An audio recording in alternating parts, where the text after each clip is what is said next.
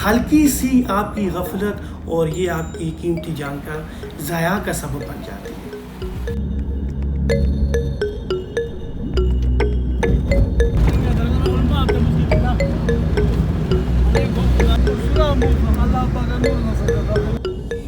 बीस सालों से मैं गाड़ी चलाता हूँ।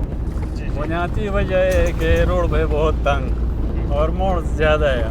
हर 10 मीटर में मोड़ आता है, लेकिन ये जो बड़ी गाड़ियाँ आती हैं, ट्रक, कंटेनर, टैंकर वगैरह, तो जगह नहीं होते हैं। यहाँ 30 रफ्तारी की वजह से गाड़ी कंट्रोल नहीं कर सकते।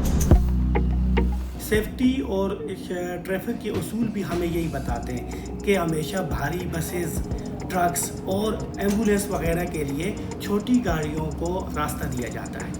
इसमें हमेशा छोटी गाड़ी वाले तेज़ रफ्तारी का सामना करते हैं, जिसमें वो टक्कर लगती है और टक्कर लगने के बाद हादसा पेश आ जाते हैं। इस रोड के तामीर सन 1962 से शुरू हुआ था। सन 68 तक ये गिलगित पहुंचा था। उसके बाद इस रोड पे हर 15 किलोमीटर के फासले पे एक मेंटेनेंस गैंग होती थी। जैसे आज पक्का है, उस वक़्त कच्चा रोड इससे 1000 दर्जे बेहतर था, क्योंकि साथ साथ ये खड्डे भर भी देते, मलबे भी उठाया जाते थे। और दूसरी बात है कि रोड खुली चौड़ी रहती थी। सबसे अहम बात यह है कि ज़्यादातर इस रोड पर मेंटेनेंस नहीं हो रही है।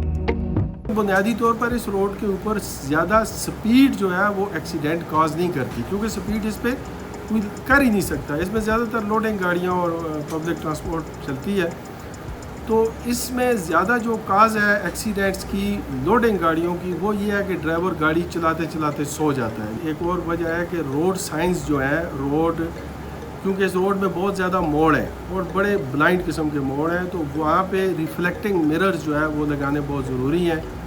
वो रिफ्लेक्टिंग मिरर्स मतलब है इस रोड के ऊपर नहीं है, ताकि सामने से आने वाली गाड़ी भी नज़र आ सके।